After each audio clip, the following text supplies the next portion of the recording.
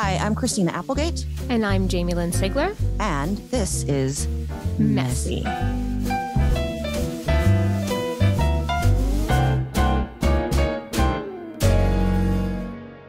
The following message is brought to you by Novartis. Since partnering with Novartis, I have been thinking a lot about when I was first diagnosed with relapsing MS. And to be honest, I was overwhelmed and in denial, and I didn't want to accept it. Eventually, I had to be real with myself, reflect on what was important, reframe how my diagnosis was impacting my life, and focus on how I was feeling.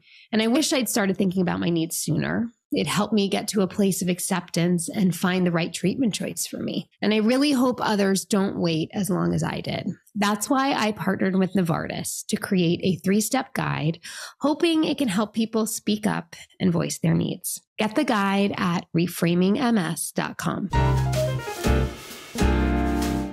Messy is supported by Cionic. For people living with MS like us, staying mobile and active is an essential part of managing MS symptoms.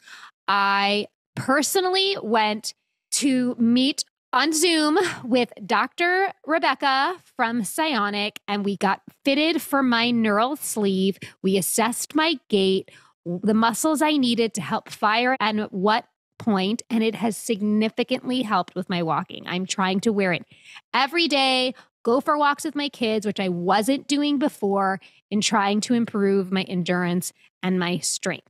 So you want to know what the Cionic sleeve is. It is the first FDA-cleared bionic clothing designed to help people living with MS and other neurological conditions improve their walking and strength. So it's so slim, by the way, and so sleek and so light.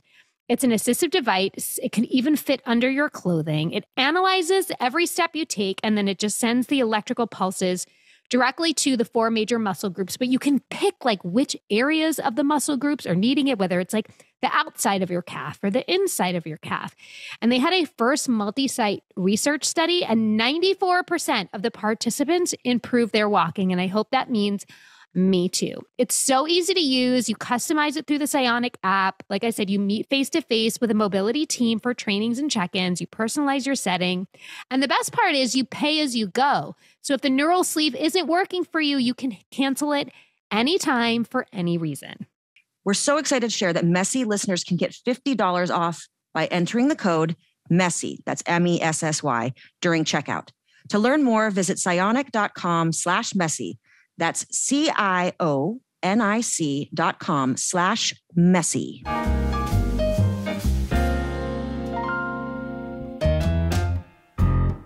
Ask me how I am, Jamie. How are you? Oh my God, you guys, I'm so good. Yeah? Isn't that what everyone wants to hear? Not in this podcast. I'm good. Does that take a little bit of the pressure off of all of you? I'm good. Well, let's address it. We are going to address it. We said from the beginning that this podcast is a safe place to express ourselves, express what we're going through. There's no finality to what we're saying. There's no finality to what we're feeling. But this is the point of this. This was the point of starting these types of conversations. And now I'll let you go, Christina. Yeah, I'm going to address something that recently happened. Recently on one of our solo duos, I was talking about some dark stuff I was thinking and feeling, which, as you just said, this is our safe place to get those things out, because I feel that when we hold things in, we give them power. I also think that there's so much shame that a lot of people feel when they're going through mental health issues, and they call them issues. I hate that. It's not mental issues. It's not a problem. It's a moment. It's a thought. It's a feeling. And when people hold those in because they're so afraid to say how they truly feel, we give it immense power. Not only holding things in gives it power, but it also can cause disease in your body, cancer, all sorts of things, loneliness, all of that by holding it in, because society has told us that we're supposed to be just fucking fine.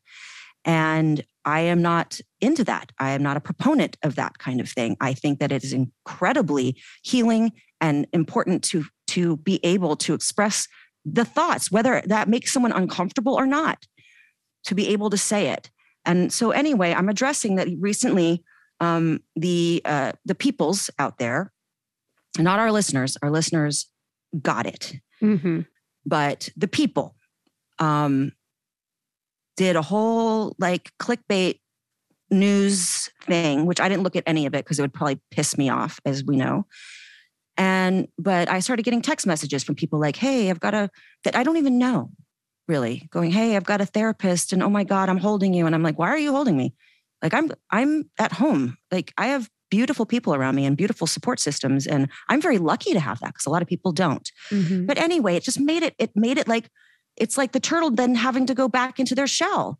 By making such a big deal about it, you're making other people think, oh shit, I can't talk about this. And that is not okay with me. I think it's important to be able to say these things. And no, I'm not sitting here on suicide watch. Okay. I am not. I nor have I ever been. But fuck with the dark thoughts come through my head sometimes when you're dealing with something that has taken a huge part of you away. Mm-hmm. I dare anyone to be diagnosed with MS or any kind of chronic illness that has taken who you were prior to that moment and go, this is great. No, you have moments of feeling like this is tiring and I don't want to do this, mm-hmm. but you do it. And by having friends like you and my beautiful friends that I have, by saying this shit out loud, it releases the pressure in the balloon, man. Yeah. So anyway, I was very, very disturbed by it because that's all it was. It was clickbait. It was a reason to like shine a light on the wrong part of what I was saying. And that really upset me. Yeah. And it upset me too. And I'm so glad that we have this forum for you to respond, because these conversations are conversations between friends. And this is how you talk to friends, I hope, or this is how we're encouraging people to talk to friends. We're hopefully setting an example because I can promise you, Christina, I have had moments where I have prayed that I didn't wake up, where the days just felt so hard. It just felt so daunting. It felt so scary. It felt so overwhelming. And like you said, it was a moment. It was a moment and they're very real. And you have to, like you said, express them and get them out. And I think that hopefully this will be a lesson for these journalists and these outlets that, pick this type of shit up and think that it defines you. It doesn't. Like you said, these are thoughts, these are feelings that are fleeting that sometimes we hold on to and sometimes we let pass by. But when you're dealing with a chronic illness, it's very overwhelming. There's a lot of unknown. There's a lot of unexpectedness. And yes, there is an incredible amount of mourning for who you once were before. And that will never go away. It has never gone away from me. As positive as I can be, as encouraging as I can be, I still am so sad that I don't get to participate in my life the way in the body that I was born in and identified in for the first 22 years of my life. I'm so sad that my husband has to pick up all the fucking slack with our 2 little kids because I can't do it a lot of the time. Just because I don't say it all the time doesn't mean I don't feel it. And you expressing yourself, that the response that we got from so many of our listeners, thanking you for speaking the way that you did is all that matters. But yes, the reaction and the articles that were written absolutely need to be addressed. And I'm so glad you are and that we are, because this is the type of stuff that needs to change, because this is you're not allowing people to be okay and to not be okay sometimes. Yeah. And I mean, you said you prayed to not wake up. I did. And what I hear from that is I pray to not wake up like this, of course you want to be there. We have children, we have family, we have loved ones. It's okay for us to say, I don't want to wake up like this. This does not serve me. And I want to wake up like how I used to, man. But you know what? We're not. And that is what it is. And I also think the irresponsibility of these fucking people who are putting it out there like that, that got back to my kid. I know. What that did to her? Thinking mommy doesn't want to be here? What is wrong with you people? There's so much more to put on the cover of your stupid thing or to be on the news, on whatever the news stations that picked it up. Are you kidding me?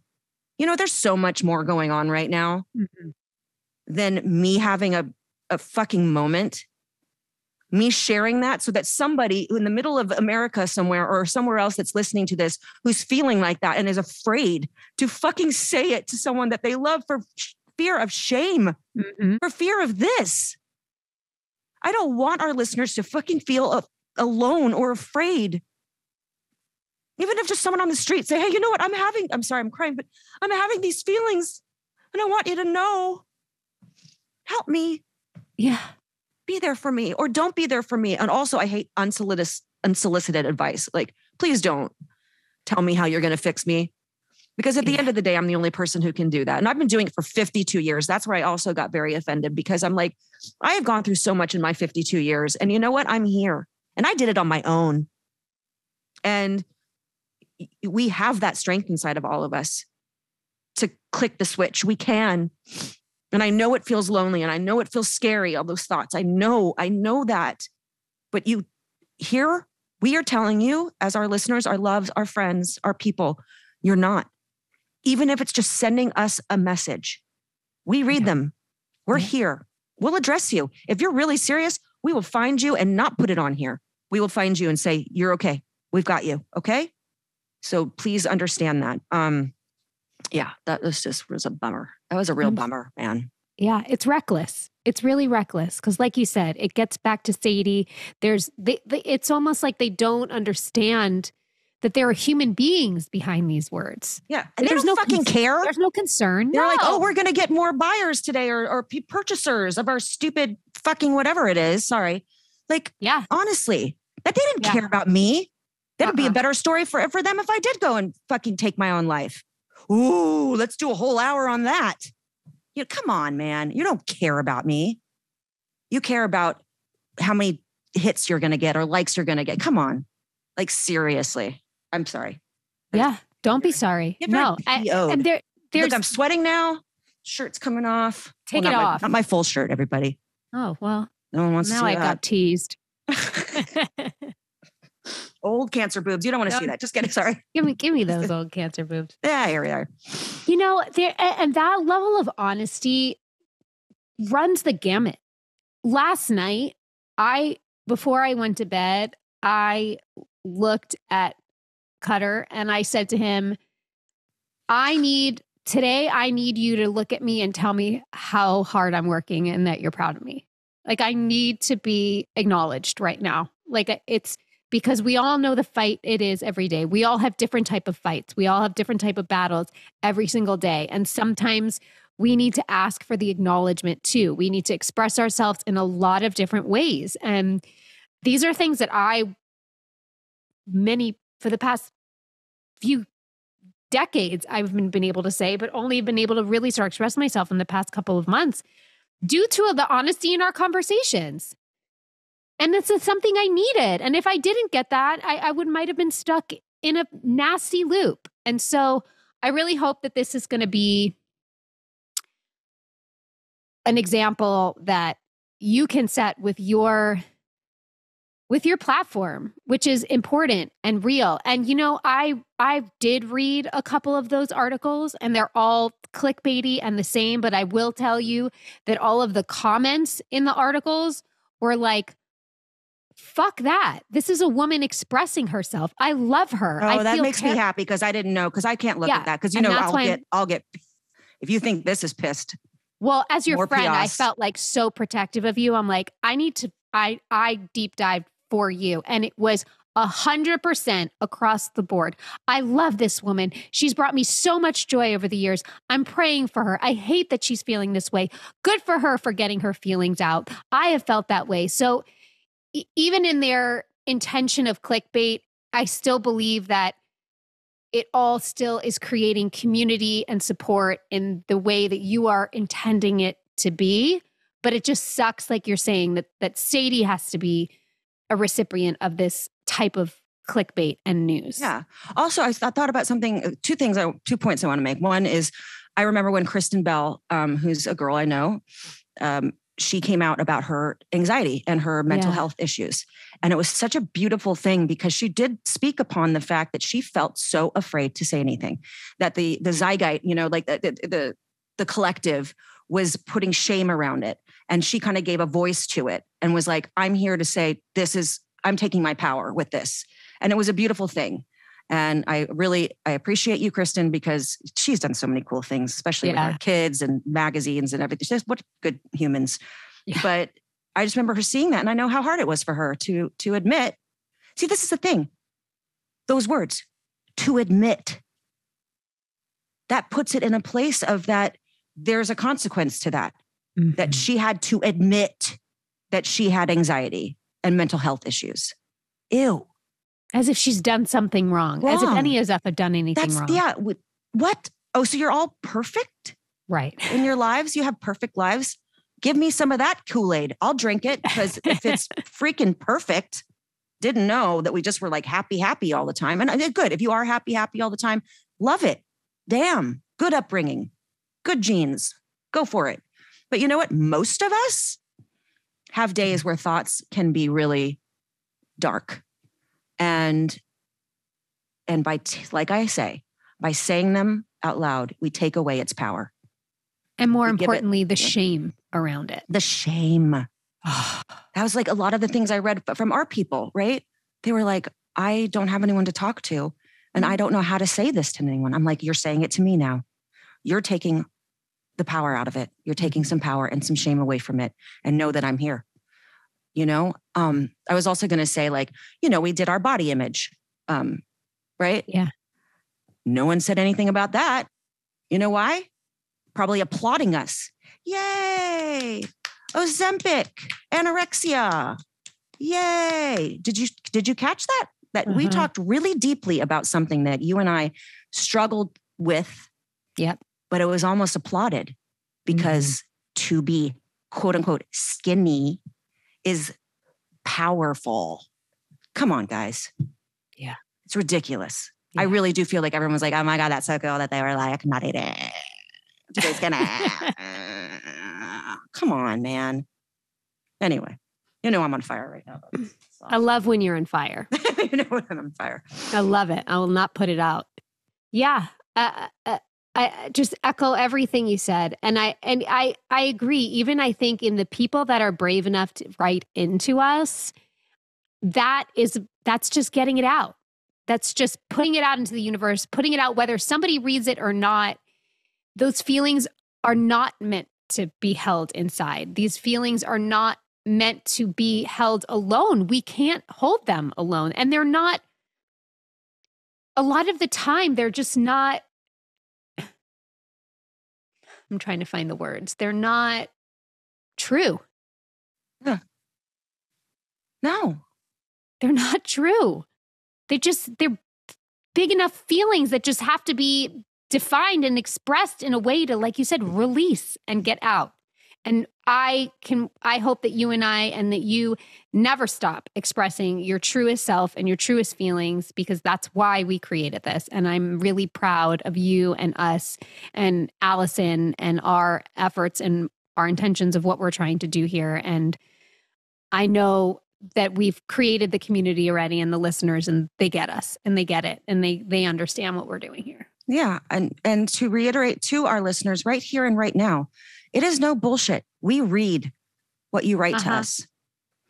And maybe not all hundreds of that's difficult, but they are read. In fact, we're getting on my phone, getting texted by Allison, people that, I think at some point we should read. We could do it right now. Or you want to read this one?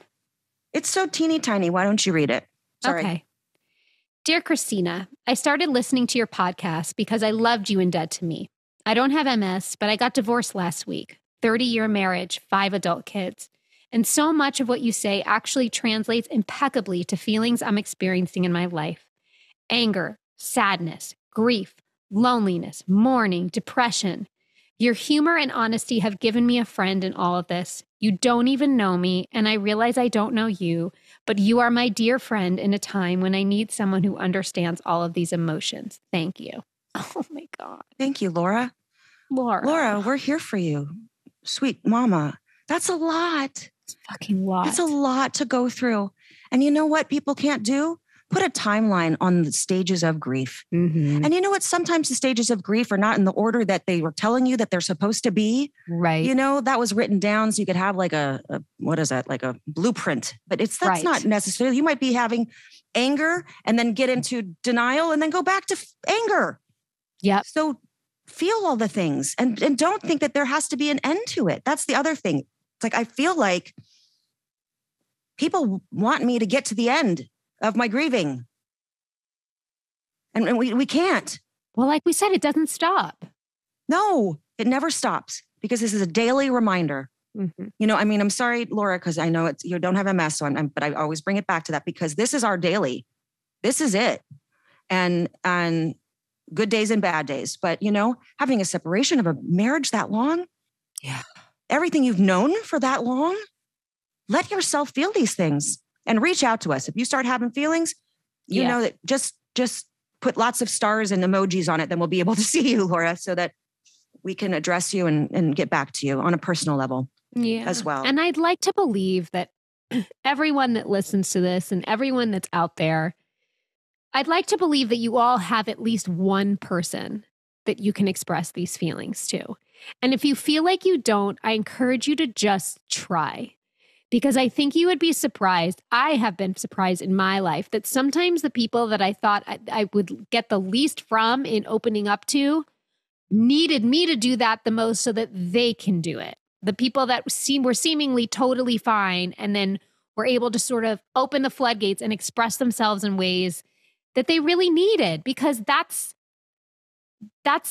how you get through these things. That's how you go through the peaks and valleys of these things is to lean on the people. And as humans, nobody is spared any kind of grief, whether it's MS, whether it's a divorce, whether it's death, whether it's being a trans child, identity, anything. Who can't fucking tell their parents or talk about how they're feeling. I mean, I've seen it firsthand with my friend's son, you know, like, and being told you can't talk about it, being told you can't, because it's going to make other people fucking uncomfortable. Mm-hmm. That I don't go for. No.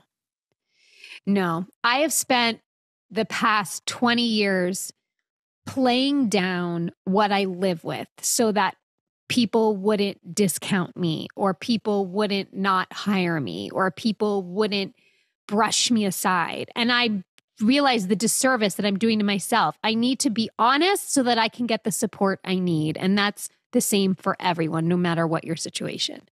You're not going to get the support you need until you can value yourself enough to express yourself, because I think that's real bravery and that's real courage, is to say the hard things, to, like you said, admit those things, because you're absolutely right. The power is gone when it's said out loud. Yeah, gone. And we don't want all of a sudden for someone that we love to feel so afraid. And I know, Jamie, you understand this. Be so afraid that they disappear and then they're gone because they didn't say something. And we don't want that. We want you to please. And also, this is, you know, on that same thing. And I'm sorry to men. I'm not a man hater. When we talk about how we're feeling, we don't need you to fix us. As women, we have a beautiful tendency to work it out in the sentence that we're saying. So please, I mean, that's a funny thing, but guys, you don't need to fix us. We're not a hammer and a nail. You know what I mean? Well, speaking to that, yes. That moment that I just said, I said to Cutter last night, I need you to acknowledge how hard I'm working. I just need somebody, because sometimes you could feel like you're just so in it alone. Like you're the soldier going through and doing all your stuff. And he looked at me and he's like, get on the floor. Let's do a core workout. And I was like, no. Cutter. No. I love you, Cutter. That is abs. not what I need. Don't tell a chick abs. That's not the answer. I'm like, I just told you I did so much today. I need you to say you did great. Yeah. Like I don't need you to fix it. No. It's so hard for them. I know. We're not an IKEA desk. Like, please don't. I love to put together furniture. You know that, though. I know. I'm so proud of you. I'm so proud of you. I look at the directions and just throw them across the floor and then just go somewhere and get one that's already made. Yeah, I feel like I can read it so carefully, and there's always one thing I fuck up, and then I got to take that part. I can't. Start over. I'm so impatient. I couldn't do that. Oh God. Maybe I should take up smoking pot. I was going to say I eat a gummy and then put it together. There you go. Oh my God. Because me on any kind of cannabis product is not a pretty sight. What do you mean? It's what I want. Oh God. No, I like real paranoia. It'll destroy like real freaky. I think I told the story before about my mom, like before I knew it was MS and they thought it was just peripheral neuropathy. And I was in a lot of pain and anxiety over it. And she got me a joint from, a store. She can go. Yeah. I guess everyone can go now. Yeah, it's legal. Okay. It's like I always think that you have to have a doctor's note. Wine. Like a doctor's note, Yeah. She gives me one. She's like, Teeny, it'll help you. And she doesn't even do it. But sometimes, no, she really doesn't. So I'm not, I have no shame about doing the pots. So I was sitting here and I'm like, okay, I'm in a lot of pain and it's giving me a lot of anxiety. And, what if it's MS? Like I was flipping out. So I went outside and I smoked like half of it.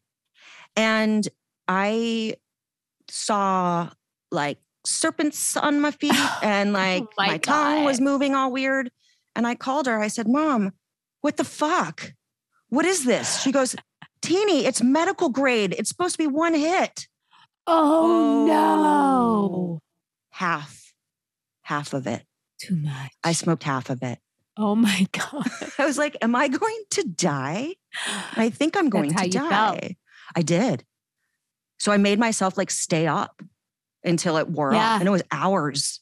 So we don't, I have a no. No. Not this lady. Not going to happen. The first time I ever had an edible, this is before I met my husband. So like, I don't know, 16, 17 years ago. And this is like, pre them, like having them all very like well made. Do you know what I mean? It was like a goldfish or something where who knows if like one goldfish had all of it and one didn't, Some guy on the corner. Yeah. I was going on a date with a famous dancer. That's all I'll say. It was a setup. Mikhail Baryshnikov? No. A star. Sergey Polinin? No, he's hot. He was on Dancing with the Stars. That's all I'll say. Lance was setting me up with him. Lance can tell you the story. We go to this bar and I eat this edible before and I get there and I couldn't speak. Like he was like, nice to meet you. And I just kept nodding my head. He's like, are you okay? And I just kept nodding. Then I started shaking my head. No. He's like, no? What's no? And I'm like, no. And I just like, Lance, you got to take me home. And they took me to my apartment. And I just kept saying, you cannot tell my parents I'm dying from weed. I'm going to die from weed. You have to give them a different story. Oh my God. Yeah, no. Crazy. No. Not good. Not a good thing. Good. It's just like when you have an overactive brain that has like that's true major anxiety anyway. Right. And it's like Sadie said to me the other day, she goes, I don't trust anyone who doesn't just sit and listen to music all day. And I'm like, because I don't sit and listen to music all day. I listen to music in the car, when I'm doing stuff. But like just to sit here in my room and just listen to music for hours and hours is what she does. She's very proud of her like 14,000 hours of music that she listened to this week. Like literally she shows me there's an app. It's a whole thing. And I'm like, if I just sat here and listened to music, the brain that is so chatty would mess me up. Hence why we watch our Bravo shows because it's like I'm living in a different world and they're doing all the anxiety for me. They're doing the fighting. They're doing the shade. They're sipping the tea. They're doing all the stuff. And I can just live vicariously through their crazy. But to sit here and like, then it's like also like a song like moves you, then I'm screwed. Yeah. Oh, forget about it. Like I listened to some Jeff Buckley. Now I'm just like a lump of shit on the floor crying like, and he died too. And the song said the wave that took him under in the song and he knew and he was prophetic. And like, I can't. I wish I could listen to music all day in my room like that. I wish I could. I was listening to Amy Poehler on Armchair Expert yesterday in the car. And she was saying how it shocks her that there's people out there that don't have the voice commentary in their head all day. She's like, there's people that'll be like, no, I don't have a ongoing voice in my head. Yeah, they just write articles about people that do. That's right. I'm like, she was like, really? I'm like, oh, well, girl, me too. Thank you for saying that, because I never have this lovely advice partner that doesn't shut the fuck up in my head. Yeah. Who's like putting you down and. Yep. Yeah. Gosh, she's such a bitch. That bitch in my head. Cunt. Asshole. She's a cunt. My fucking head's a cunt. Nothing else but a cunt. No, but she said, my daughter said, I don't trust anyone and I don't like anyone. I said, well, you like me. Right. You trust me. And she goes, but she said something like she was really disappointed in me for not sitting here alone in my room, listening to music. And I like, I don't like pop music. Nothing wrong with it. Just doesn't do something for me. No. I listen to like really sad shit and stuff that I love, and Damien Rice and Elliott Smith, and like, very like, that's my jam. Yeah. Little Led Zeppelin. Sure. We can upbeat it. To me, Led Zeppelin's upbeat. There you go. Yeah. Led Zeppelin's upbeat. Yeah. Rabelon. One of my favorite songs. That's what we should do. We should do like a 5 like favorite bands game. Mine are all like very all over the place.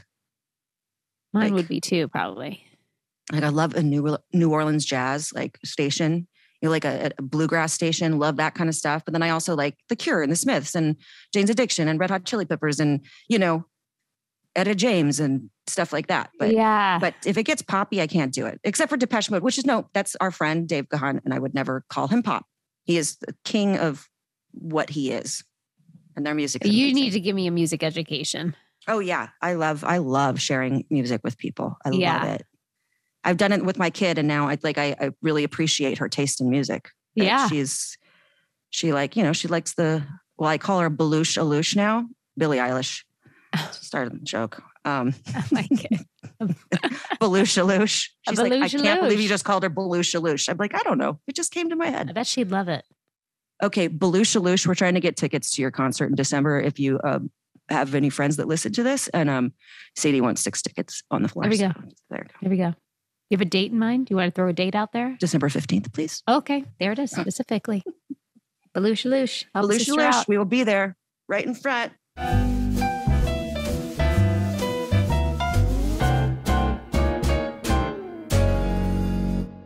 The following message is brought to you by Novartis. Since partnering with Novartis, I have been thinking a lot about when I was diagnosed with relapsing MS. I kept it a secret at first, and that robbed me of the support I really needed. I finally found the courage to open up about it and quickly learned the importance of speaking up. That means making your voice the loudest in the room. You have to find an MS specialist who's the right fit, who makes you feel seen and heard. It's kind of like dating.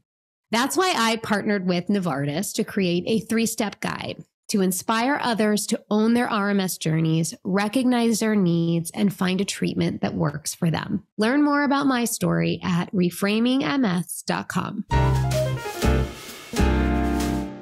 Support for today's episode comes from Honeylove. Honeylove? What is it? Well, who are they, you say?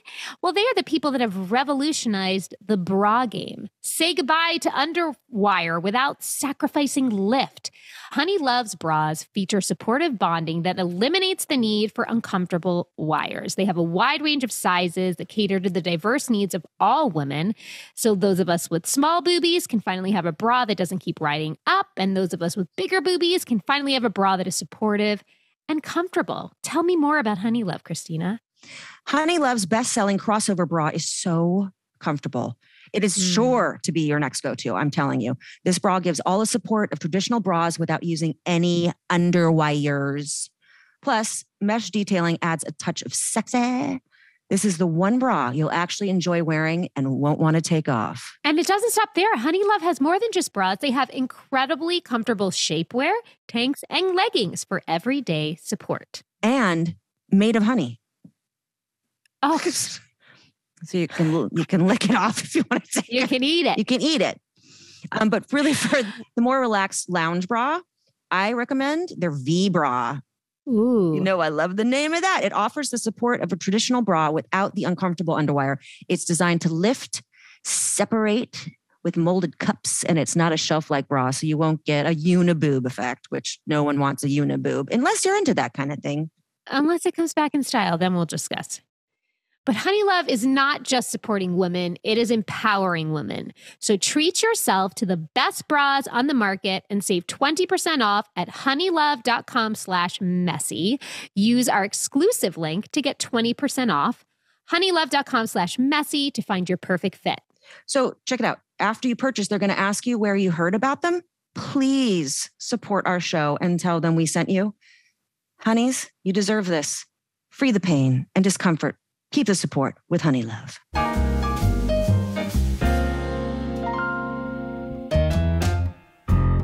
Should we read some questions from our friends? Oh my God, I love questions from friends. You read them because I cannot see. I've got to go to the eye doctor. This is from Tara. Thank you for this podcast. I have PPPD and a pituitary tumor.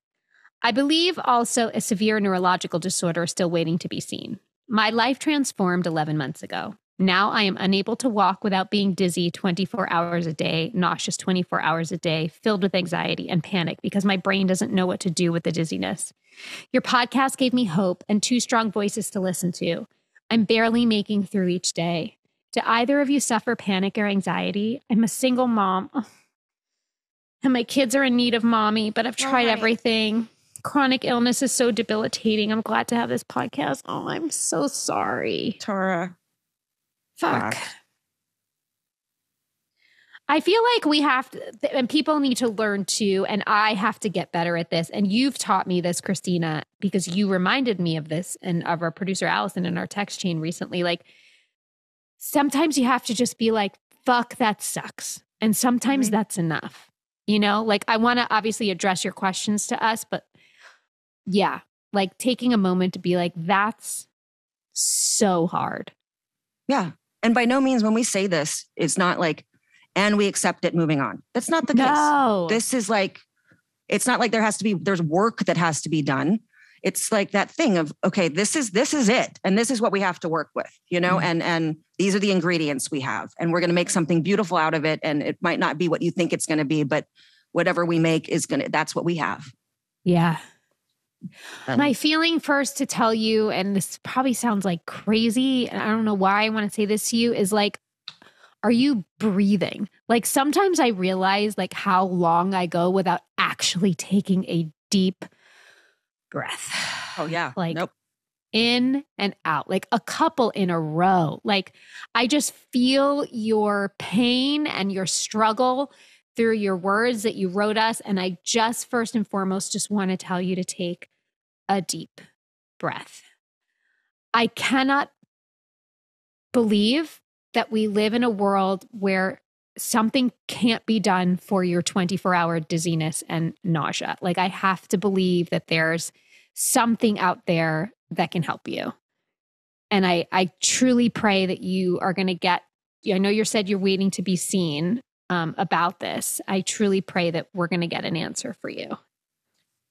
Yeah. And I'm going to be that guy. And I know it's crazy, but you know, my kid was experiencing some very similar symptoms for a couple of years. And, you know, sometimes I just thought, oh, she just wants to get out of school or, you know, whatever, or she's feeling this way because she doesn't do anything. And I mean, I feel like shit mom of all time. And she developed something called POTS. And they're saying that a lot of people who had long COVID can develop POTS. Now, she didn't get it from that, but those symptoms are very, and I'm not saying, please don't take my advice at all. Disclaimer right now, no. But I'm just saying, like, sometimes, you know, the root of the thing is never the thing itself. And it's good to advocate for yourself when you do go to your doctor and ask all the questions that you want to ask. Because had I not been told to ask my neuro, do you think this could be MS? And he was like, no, totally not even showing. And I'm like, can we just at least test for it? To advocate for oneself, I think is really important. Yes. I'm not saying I'm not a doctor, so I'm not saying that. I'm saying like, sometimes there's an answer that the doctors don't even go there. And you're not going to sound crazy. No. If you don't stop till you find somebody that will listen to you. Don't stop, do you? Yeah. Well, we love you. We're thinking of you and praying for you. All right. This next one's from Marissa. Thank you both for this podcast. I relate very much with you, Christina. I am 46 and I was diagnosed in 2014 with relapsed remitting MS and then had breast cancer and a mastectomy in 2017. We won the lottery, didn't we? With the meds I have to take for cancer and now have degenerative discs in my neck, I am a licensed therapist and have had to go through the stages of grief too over the life I once was able to live. It's okay to feel the emotions and be pissed at MS. I also have come to realize that having this disability has changed how I can help my clients. MS made me humble and realize that we only have one chance at this life. There's no coming back. You got this. Please reach out sometime for a fresh perspective. I'd love to help and give support on your journey. We're all human, just trying to make it through. Yep. Yep.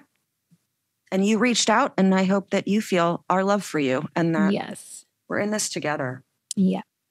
Whether it's MS or divorce or whatever the fuck it is. Like, we're all in this together and we're all going to learn together. That's right. You know? That's right.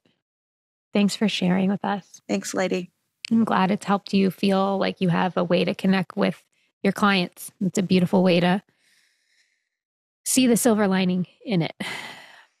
Okay, this is from Charon. I hope I'm saying your name correctly. Hello.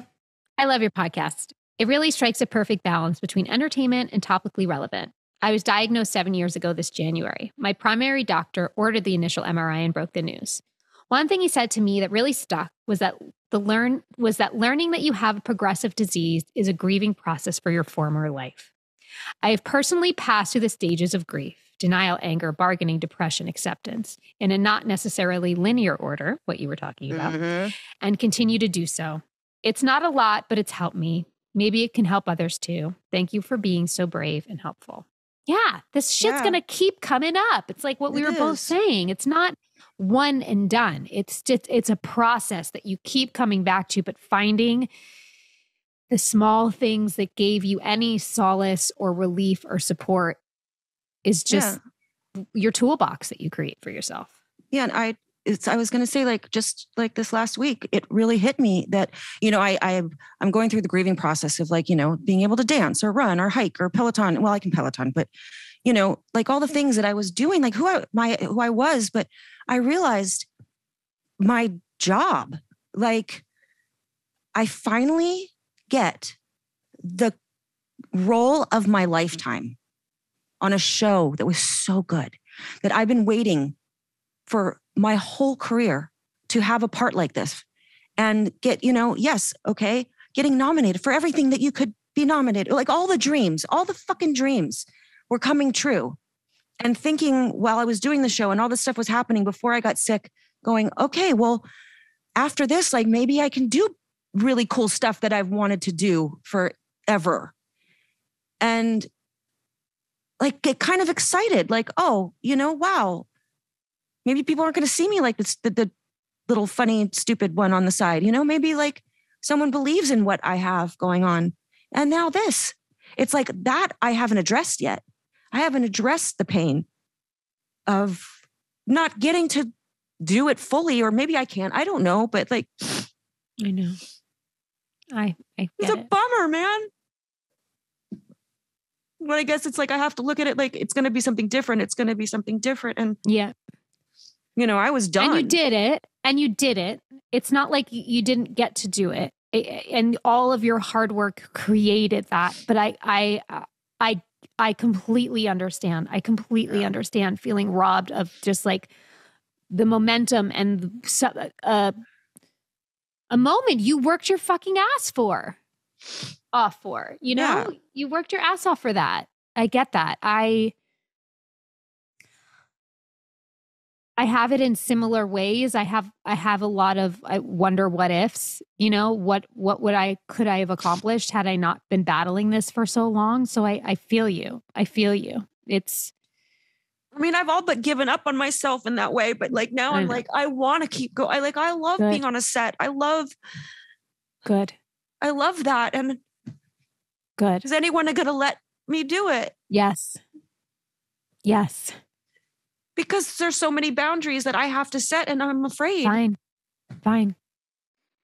You have, if anyone has earned that, it's you.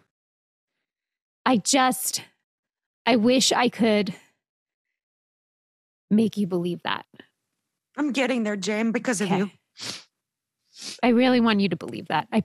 And I want you to believe it for you too, Mama, because you're so special. Thank you. Oh, well, I think that's why I moved to Austin, to be honest. I think like getting out of LA for me was like stepping away from the dream and like being in a different life where I wasn't constantly exposed to like what was not happening for me or I was afraid would not happen anymore. And not to say that I haven't been given some wonderful jobs, but who knows what the future holds. But I have no doubt for you that the moment that you feel that you have the strength to say, I'm ready, and then also to say, but it's got to look like this, a lot of people will be falling in line. And I can't wait for that for you. And I have, again, not a single ounce of doubt, but you have to be ready. And it's going to look and feel different. And we've talked about this before. Well, I mean, shit, I did the whole last season, like in the darkest depths of this disease. And it was so hard. And so that's what I think I look back on is how unbelievably hard that was. But that was before I started medications. It was before I kind of understood what was happening to my body. And it just was so intense. You learn how to protect your body. Yeah. More. You I didn't know anything. You're the one. Exactly. If not for you, I would have just said, let's just stop it. Let's just not even finish. And they did say to me, we can just stop this right now after like shooting 3 episodes. And I was like, no, I have to. I have to. It wasn't ego-based, by the way. It was because I'm in love with Linda Cardellini. I'm in love with those people. And they had worked so hard on these scripts and the story, and we needed to finish our story. But anyway, I'm not trying to make it a fucking whatever. I'm just saying why I pushed through something that was so incredibly, almost not feasible some days. But I don't think it'll ever have to be that hard for you again. I don't think it ever will. I don't think it will because I'm understanding what I need now. Yes, exactly. Exactly. And that's such an important lesson for everyone. Yes. Like no matter what you're going through, give yourself a fucking minute to figure out what you need, how you need to be supported, whether it's how you're going to now be supported as a single mom. Like we all deserve help. We all deserve support. And I understand that we are very privileged in many ways to access that, but that's because we've had that. Hopefully it's the message that we can convey that like, look for it, ask for it. You deserve it. You're worthy. I went through so long thinking for whatever reason, because I had a disability that I was less than and less deserving. How fucked up is that? I lived in that because space the for a fucking long society shames you because of your disability. Oh, I don't want to see the girl in the wheelchair who's wearing the underwear that are accessible. Fuck you guys. You know what? That's what's being fed into the heads of people who are incapable of everything that everybody else can do. Yeah. I know I'm going to do about my fight, but my fight that happened. I know. Sorry, go ahead. I'm going to do this public fight. It's the 25th anniversary of The Sopranos, and there's this beautiful documentary that they made about David Chase that's premiering at Tribeca Film Festival this week. I'm flying to New York tomorrow, and we're doing this whole red carpet and this screening and this panel after, and like, yeah, I'm like, I should probably take a cane. But then I've never been on with a cane on a red carpet before. Like, why the fuck am I doing this? I don't know why I'm doing this. I don't know why I'm stressing about this. I don't know why. You have your cane. Even if you don't use it. Even if you don't fucking use it. It's like, what if you did start to fall over? I'm just talking from my own personal experience because I didn't know. I didn't have that yet. You know what I mean? You kept it a secret. So you kind of, for so long. And this is not, which that's what you did to survive. I had to go balls out and just be like, this is it, Yeah. You got cute canes. My friend Neo Walk sent you cute canes and they look cute with outfits and they light up if you want them to light up.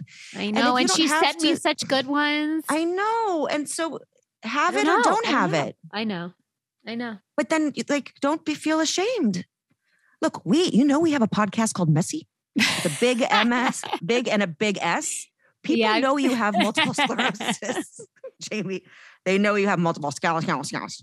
You know what it is too? It's like, or don't have it and fucking be as hot as you are. I'm going to tell you what it is. Good clothes because you have. I'm going to tell you what it is too. Clothes. I'm seeing friends and people that I love that have known me since I'm 16 years old, and I don't want them to feel sad when they see me. Yeah, the looks. No, I know. You got to you're struggling with that, and I see it on your face right now, and I get it. I just like my cane because I can hit people with it. If I wanted to, I don't.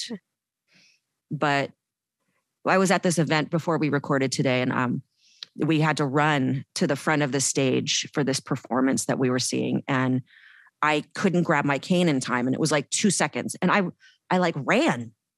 I mean, I probably looked real weird, but I ran, and like people were like, "Do you need me to get your cane?" And I was like, "No, I think I'm okay." And people are like, "Do you want to sit in the chair?" I'm like, "No, I want to sit on the ground. I'm okay." But it was like, yeah, those faces of like, "Oh, poor you." But I did it. I ran, and I was like, "Oh my God, I just ran I ran." That's so awesome. Not like I'm going to be a runner, but I didn't need it. And then I was like, is it a crutch or does it keep people away from me? I like to use it, keeps people away from me. Yeah, I need it. And I do get the best seats. If I have it, people are going to move out the way for you. They like, sure will. "Oh God, here, no, please take my seat." They're like, they sure will. Yeah, they sure will. At least have it. Well, no, I need it. That's the thing. Is I do need it. I do. I've gotten to the point where I need it. You don't. And I think that's hard for me to also wrap my head around too. I know. Despite my best efforts, it's just I need it right now. I need it. I've never needed it all the time, and I do. And I need it. And I need it. Yeah. We don't want you falling down in your panties up. Definitely not. Coochie hanging out. Do you want, or maybe it's better for you to have your coochie out. Maybe I should. Maybe I need the heat. Give me the heat. In your undercarriage. Oh, Jesus. Okay. Enough about me. Should we read another question? Oh, wait. I just saw that one's from Lou Reed. Kind of love it, but I know it's not the Lou Reed. Where? He's dead. Oh, is that in the next list? Okay. Sorry. I'm reading this last one of the first Sorry, one. Lou Reed. We'll get to you at some point. Okay. This is from Beth. Hi, ladies. I wanted to thank you for your honest poop talk. Poop talk. I was diagnosed with MS in 2008. Not to brag or anything, but I've shit myself like 5 times this year. Yeah. Hey, girl, we know. Mostly when I'm out walking my dog. So I've done tight-assed scoot home, waving and smiling at neighbors on their porches with my confused dog whose shit was interrupted by me pissing out my ass. When my husband gets home and I have shared my day, he is very clear I should never tell another human about these things, but it sucks. And I felt lonely not talking about it. Because of you, I feel like I have girlfriends in my living room who will laugh and cry with me about my shitty ass.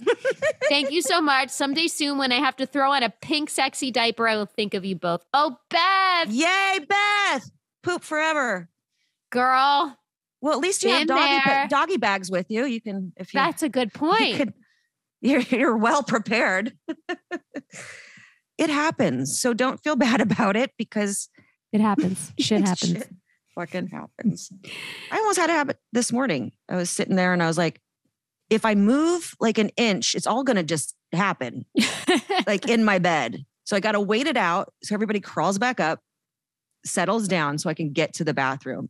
And I just bought a new duvet cover. We're not. Those are expensive. Yeah. No, do not mess with the frette. No, frette linens. I know I'm not fancy. Like literally my friend who does the ordering of things, which said, "Oh, it's expensive." I said, "When was the last time I bought something for myself?" I think it was probably 4 years ago. So the $600 I spent on my duvet cover, yes, it's expensive and ridiculous, but to give me a quality of bed to life. You spend a lot of time in your bed. Yes. That's where you need to invest your money. No, 4 years since I have bought myself anything, guys. 4 years. I wish I could say that. Shall I pull a card?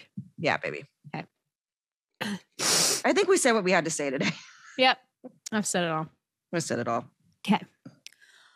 All changes, even the most longed for, have their melancholy. For what we leave behind us is a part of ourselves. We must die to one life before we can enter another. Holy fucking shit. I think you need to read it again, guys. Okay. Because you're probably, if you're turning your car off and you're like, ding, ding, ding, getting out of the car, if you're listening, now we're going to settle. Let's settle in. Now, just so people don't know, people know, we don't pre-pick these. Jamie picks from her spirit in the deck. My little box. Listen to this again, because I need to hear it again. All changes, even the most longed for, have their melancholy. For what we leave behind us is a part of ourselves. We must die to one life before we can enter another. And so it is. And so it is.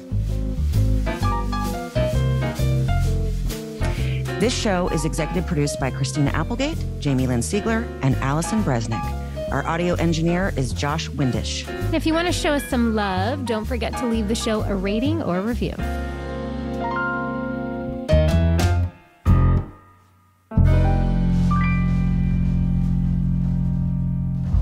Hi, it's Jamie. Thanks for listening. I just want to let you know I am a paid spokesperson for Novartis, but this podcast is independent from my collaboration with Novartis.